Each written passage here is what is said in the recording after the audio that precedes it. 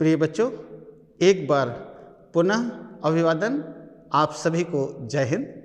हम इस पावन कार्य में आप और हम जुड़ चुके हैं। प्रिय बच्चों, एक भक्त जब अपने परम आराध्य से जुड़ जाते हैं तब उनके प्रति, उस आराध्य के प्रति अनेक प्रकार की अपार श्रद्धाएं, आस्था, स्नेह आदि भाव उत्पन्न होने लगते हैं। और जब एक भक्त ऐसे आराध्य से जुड़ जाते हैं तो उसके अंदर भी अनेक प्रकार की सदचरित्र, सद्गुण, उच्च जीवन मूल्य आदि आने लगते हैं। और यही जीवन में आवश्यक भी है, क्योंकि उसे जीवन की मानवता की मूल धारा में जोड़ने के लिए यही नैतिक आदर्श होते हैं। इसी संदर्भ में कवित्री अक्क महादेवी दो वचन के नाम से कविताएं लिखी हैं। आज इन्हीं की हम व्याख्या करने का प्रयास करेंगे। हाँ, तो बच्चों आइए अब हम पाठ का परिचय प्राप्त कर लेते हैं। पाठ्यपुस्तक आरोह भाग 1, कक्षा 11वीं, विषय हिंदी, पद्यखंड पाठ 8। हे भूख मत मचल, हे मेरे जूही के फूल जैसे ईश्वर। कवित्री हैं अक्क महादेवी। ये यहाँ पर दो वचन दिए गए हैं जिन्हें एक कविता के रूप में कवित्री ने लिख करके प्रस्तुत की है। एक वचन है हे भूख मत मचल और दूसरा वचन है हे मेरे जूही के फूल जैसे ईश्वर। तो प्रिय बच्चों, यहाँ पर हम अक्क महादेवी के जीवन से संबंधित उनका परिचय भी प्राप्त करना आवश्यक समझते हैं, इसलिए हम एक बार इसकी चर्चा भी कर लेते हैं। उनका जन्म 12वीं सदी कर्नाटक के उड़तरी गांव, जिला शिवमोगा में हुआ था। इनकी प्रमुख रचनाएं हिंदी में वचन सौरभ नाम से और अंग्रेजी में स्पीकिंग ऑफ शिवा नाम से प्राप्त हुए हैं।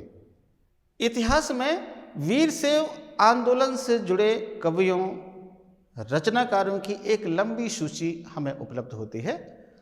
अक्क महादेवी इसी आंदोलन से जुड़ी एक महत्वपूर्ण कवियत्री हैं। चंद मल्लिकार्जुन देव शिव इनके आराध्य हैं।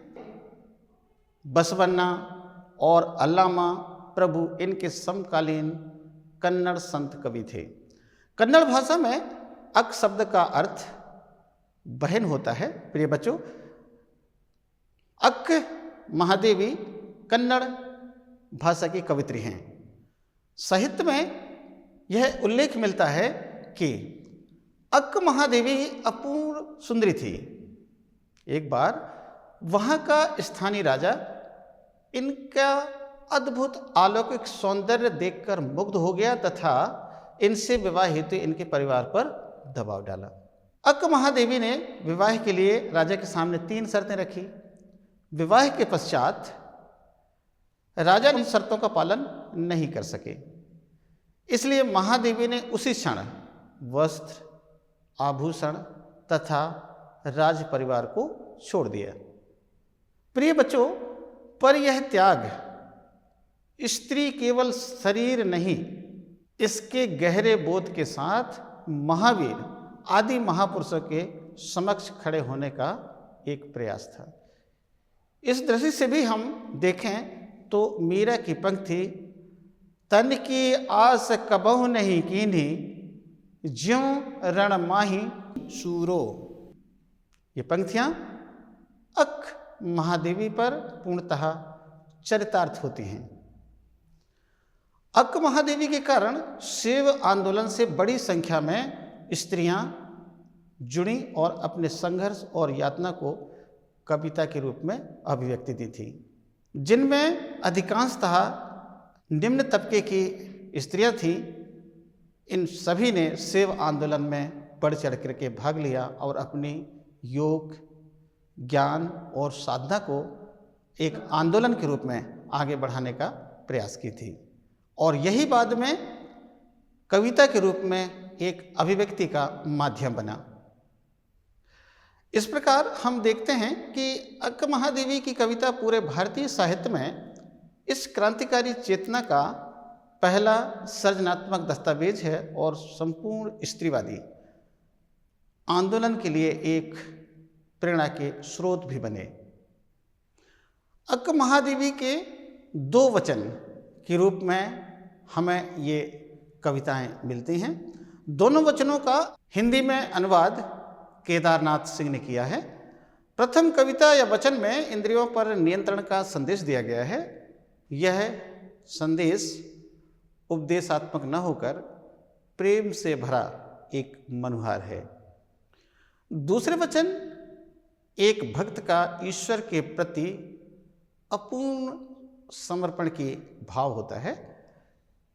चन्न मल्लिकार्जुन, जिन्हें शिव कहा जाता है, वे चन्न मल्लिकार्जुन की अनन्य भक्त अक्क महादेवी उनकी अनुकंपा के लिए हर भौतिक वस्तु से अपनी झोली खाली रखना चाहती हैं, जिससे उनके अंदर स्वयं का अहंकार पूरी तरह से नष्ट हो जाए। प्रिय बच्चों, यहाँ पर आवश्यक ध्यान देने योग्य बातें कुछ होते हैं, उससे आप ध्यानपूर्वक सुनिए और जो बताया जाता है उसे नोट करने का भी प्रयास कीजिए। अपने साथ कलम, अभ्यास पुस्तिका और पाठ्य पुस्तक को साथ में रखें और यहाँ पर कुछ अर्थ बताने का प्रयास करेंगे, मीनिंग लिखने का प्रयास करते हैं, उसे आप कॉपी में अवश्य नोट कर लीजिए।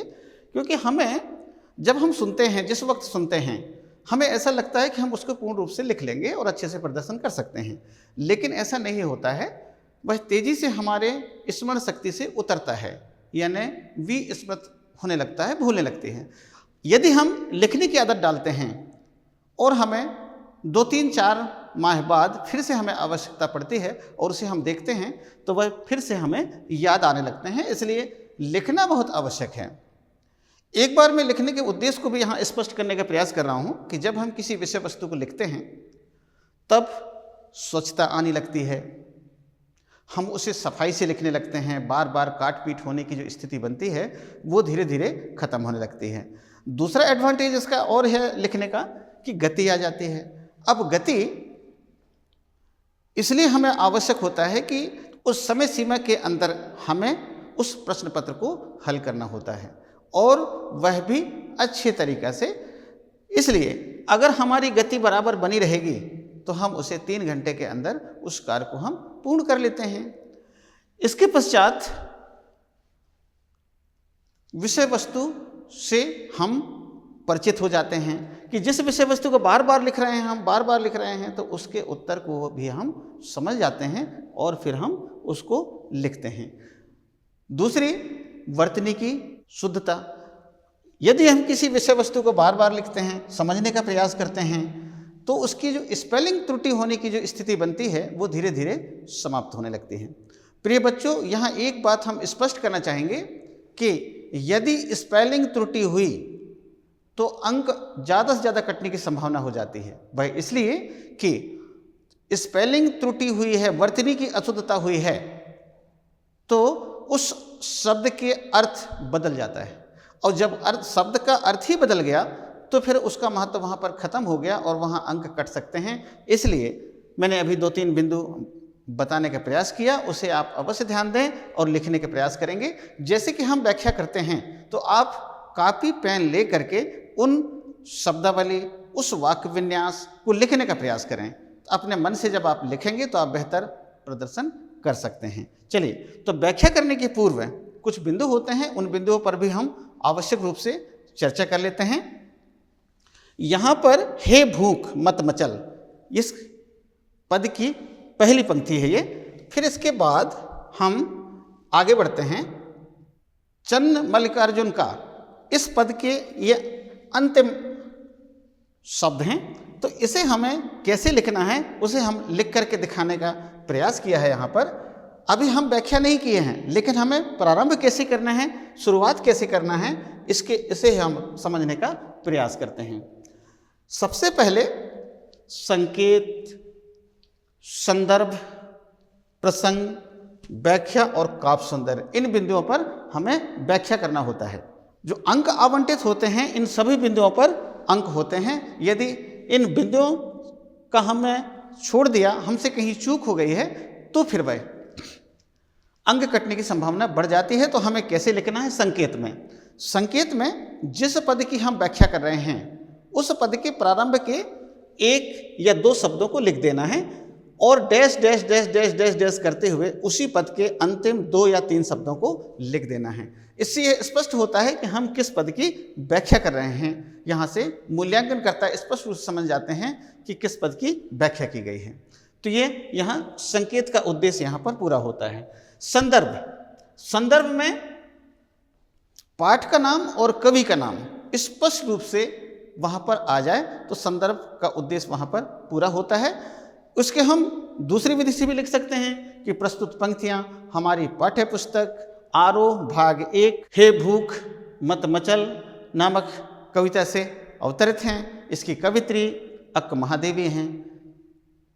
यानी यहाँ पर सीधा सा पाठ का नाम और कवित्री का नाम यदि आ जाते हैं तो इसका उद्देश्य यहाँ पर पूरा हो जाता है।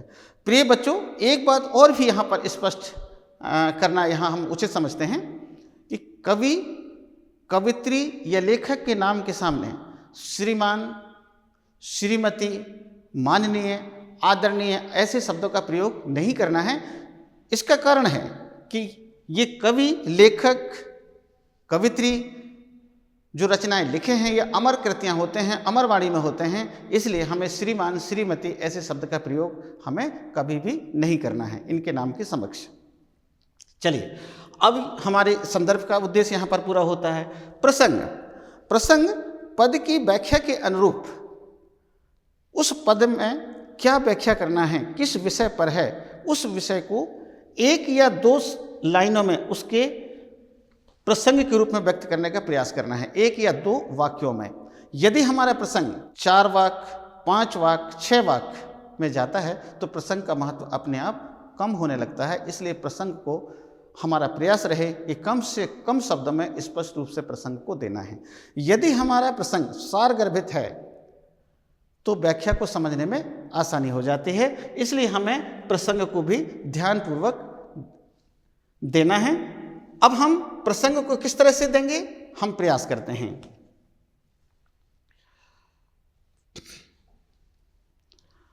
प्रस्तुत पंक्तियों में अक्क महादेवी इंद्रियों की चंचलता और उनकी सक्रियता पर नियंत्रण रखने की बात कही है। इसी का सजीव चित्रण है। यह हमारा प्रसंग हुआ। अब हम व्याख्या की ओर चलते हैं। व्याख्या करने के पूर्व कुछ कठिन शब्दों के अर्थ को भी हम यहाँ समझने का प्रयास करते हैं।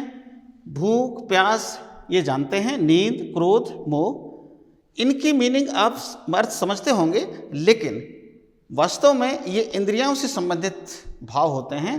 भूख, प्यास, नींद, क्रोध ये मनुष्य के दुर्गुण में आते हैं। ये अगर ये मनुष्य को सता रहे हैं तो मनुष्य कहीं न कहीं अपने आराध्य प्रभु से दूर होते हैं। चलिए प्रारंभ करते हैं हम व्याख्या। प्रस्तुत पंक्तियों में अक्क महादेवी इंद्रियों की चंचलता और उनकी सक्रियता पर नियंत्रण रखने की बात करती हुई वह कहती हैं कि हे भूख मत मचल। अर्थात व्यक्ति जब भूख, प्यास आदि से तड़पने लगता है, मचलने लगता है, तब वह ईश्वर की भक्ति भावना से दूर होने लगता है और उसकी आराधना में कहीं ना कहीं व्यवधान उत्पन्न होने लगता है। इसी क्रम में वो आगे पुनः कहती हैं कि हे नींद मत सताओ, क्रोध मचा मत उथल पुथल। वह पुनः कहती हैं कि हे नींद तू मुझे मत सताओ।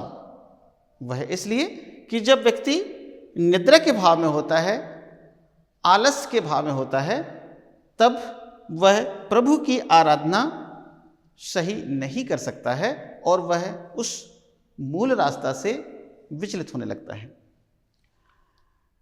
वह कहती हैं कि हे क्रोध तू उथल मुथल मत कर, इसलिए कि जब व्यक्ति क्रोध में होता है तब बुद्धि विनाश की ओर जाने लगती है, और जब बुद्धि भ्रष्ट होता है तब वह अपने प्रभु की आराधना नहीं कर सकता है।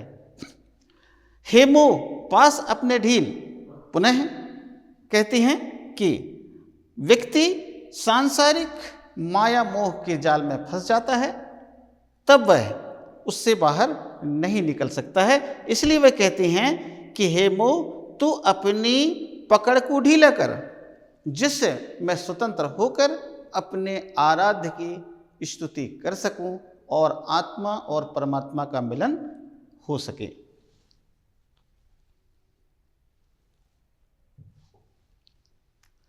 इसी क्रम में वो पुनः इंद्रियों से निवेदन करते हैं कि हे लोभ मत ललचाओ।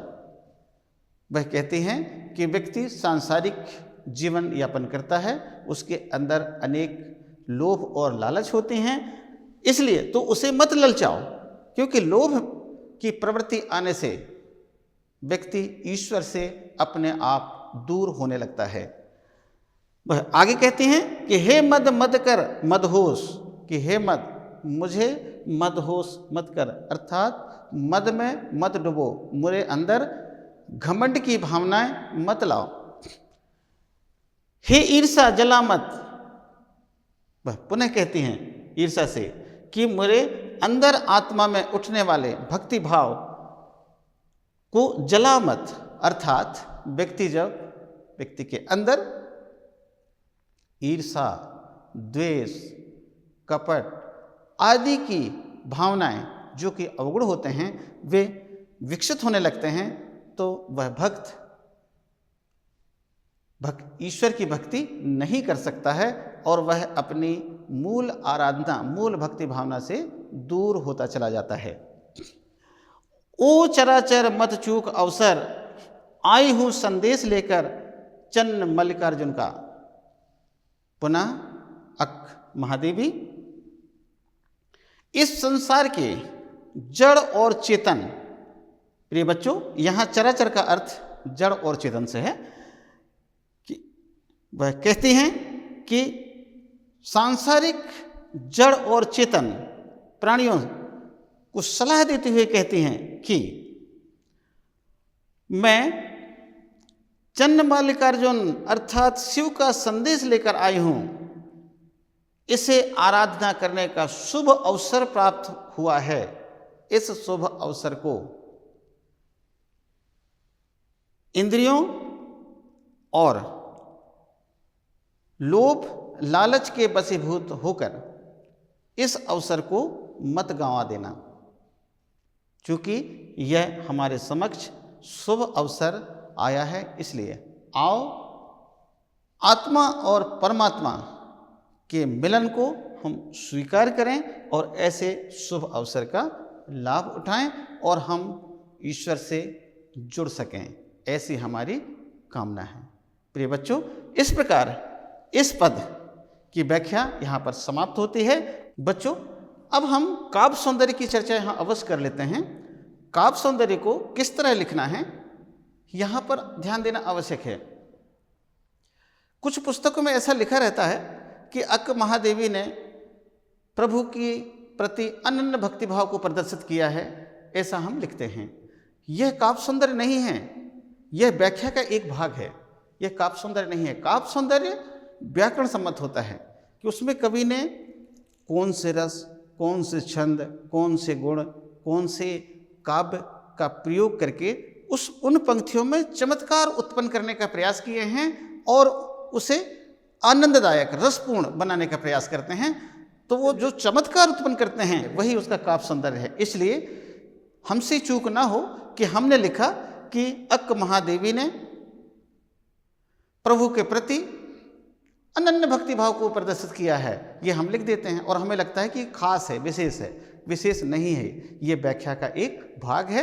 काव्य सौंदर्य केवल व्याकरण सम्मत, पंक्तिबद्ध, शब्द क्रम इस तरह के भाव को व्यक्त करते हैं, तब वह काव्य सौंदर्य के अंतर्गत आता है। और इसे हमने यहाँ लिख करके प्रयास किया है बताने का प्रिय बच्चों, यहाँ पर अवश्य ध्यान देना है कि आप इतने मेहनत करते हैं, याद करते हैं, समझते हैं उसको, और उसको समझ करके परीक्षा देते हैं, और इसके बाद भी अगर आपके अंक कट रहे हैं तो ये एक चिंता का विषय होता है कि हमने ठीक से उसे नहीं समझ पाए हैं। इसलिए हमें समझना आवश्यक है कि हम किन बिंदुओं पर काव्य सौंदर्य लिखेंगे, इसलिए हमें यहाँ ध्यान देना भी आवश्यक है। मैंने प्रयास किया है, हमने प्रयास कर रहे हैं आप तक पहुँचाने के लिए, आप यहाँ ध्यान दीजिए। सांतरस, इन पंक्तियों में सांतरस आए हैं। अब प्रिय बच्चों, सांतरस क्यों हुआ?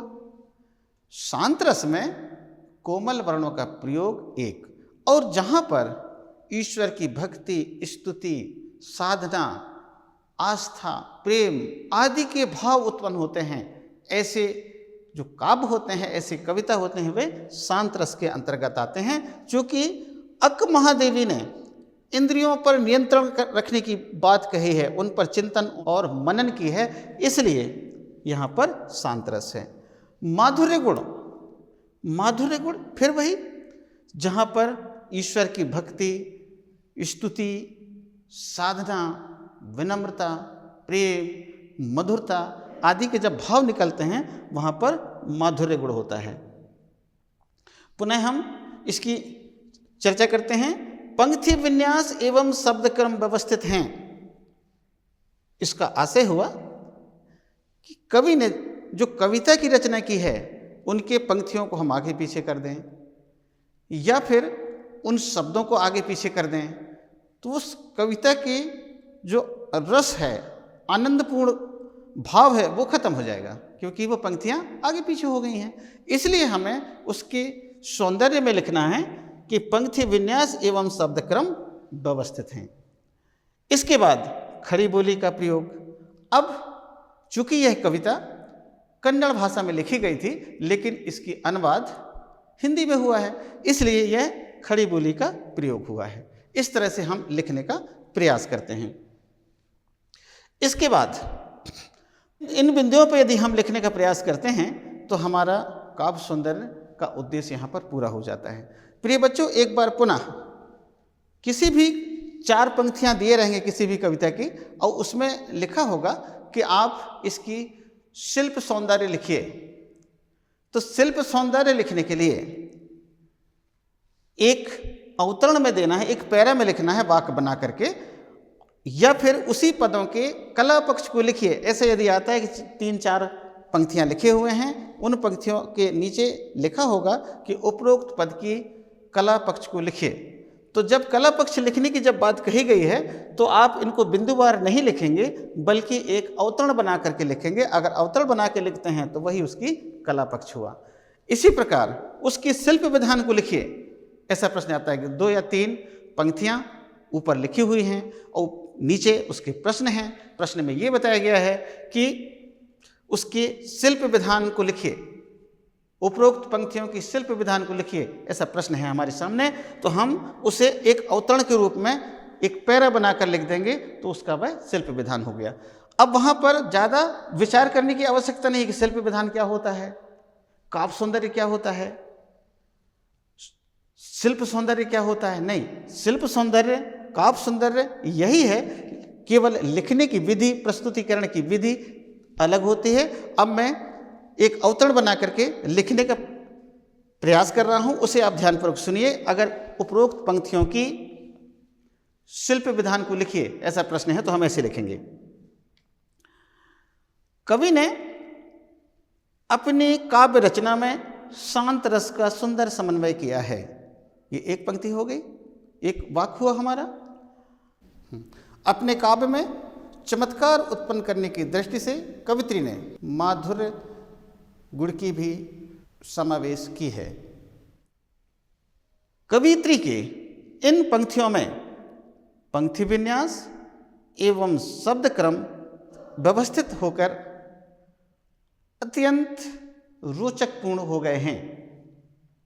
कवित्री अपनी काव्य रचनाओं में खड़ी बोली का सरल, स्पष्ट और बोधगम्य रूप से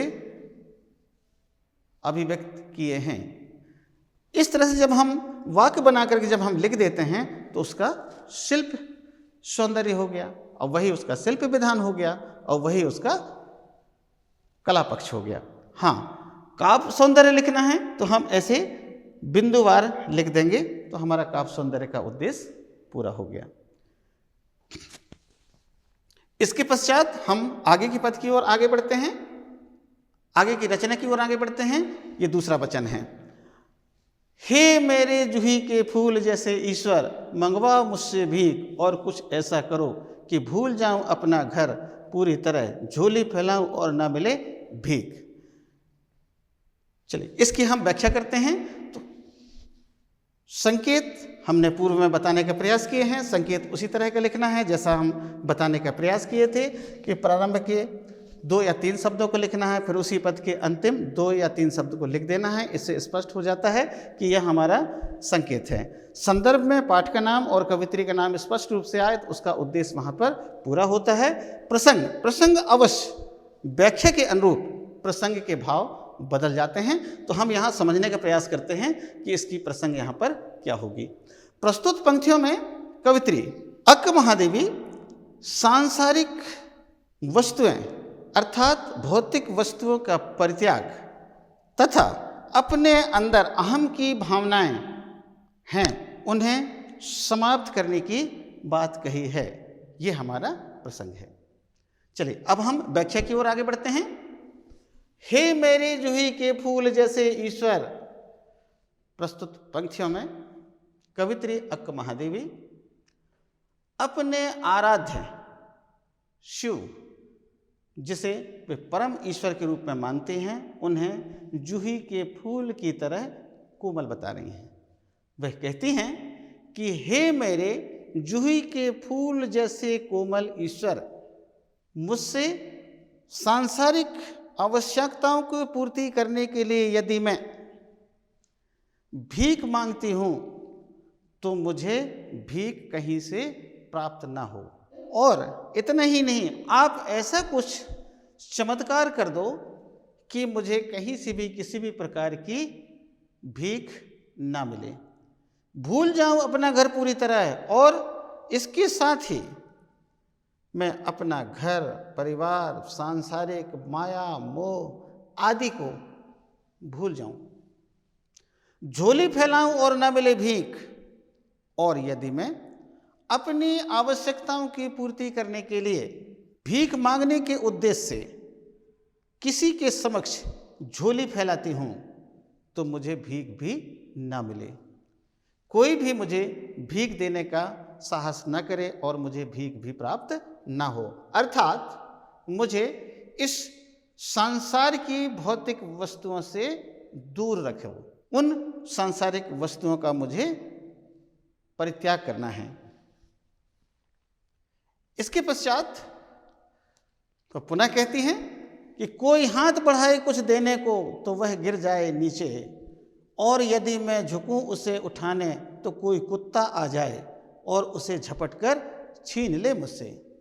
वह पुनः सांसारिक वस्तुएं को परित्याग करने की दृष्टि से वो कहती हैं कि यदि मुझे कोई भीख देने के लिए अपना हाथ आगे बढ़ाते हैं और वह मुझे भीख देते हैं, तब जो वस्तु मुझे भीख के रूप में देते हैं वह नीचे जमीन पर गिर जाए और उसे मैं उठाने के लिए अपने हाथ को आगे बढ़ाती हूँ,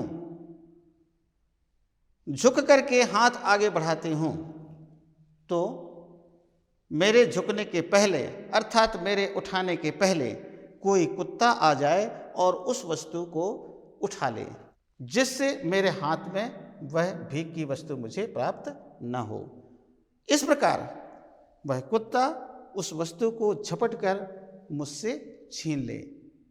प्रिय बच्चों, भाव यहाँ यह है कि कवित्री आत्मा और परमात्मा के पूर्ण मिलन को अपनी भक्ति भाव से जोड़ते हुए सांसारिक वस्तुओं का परित्याग करना चाहती है, जिससे वह स्वतंत्र होकर प्रभु की आराधना कर सके और इस जीवन को सफल बना सके। इस प्रकार से इस कविता की व्याख्या यहाँ पर समाप्त हो रही है। प्रक्रिया वही कि हे मेरे जूही के फूल डैश डैश करते हुए लिखा, फिर संदर्भ लिखने का प्रयास किया, फिर प्रसंग हमने लिख करके दिखाने का प्रयास किया है, और व्याख्या और फिर काव्य सुंदर, इस प्रकार से लिखने का प्रयास करना है।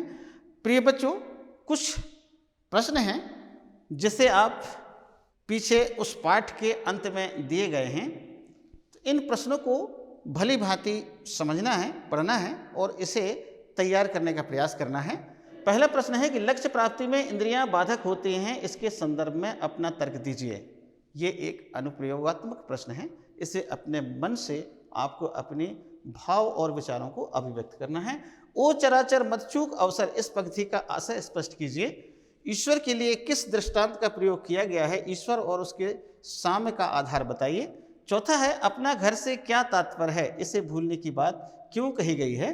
पांचवा, दूसरे वचन में ईश्वर से क्या कामना की गई है और क्यों की गई है।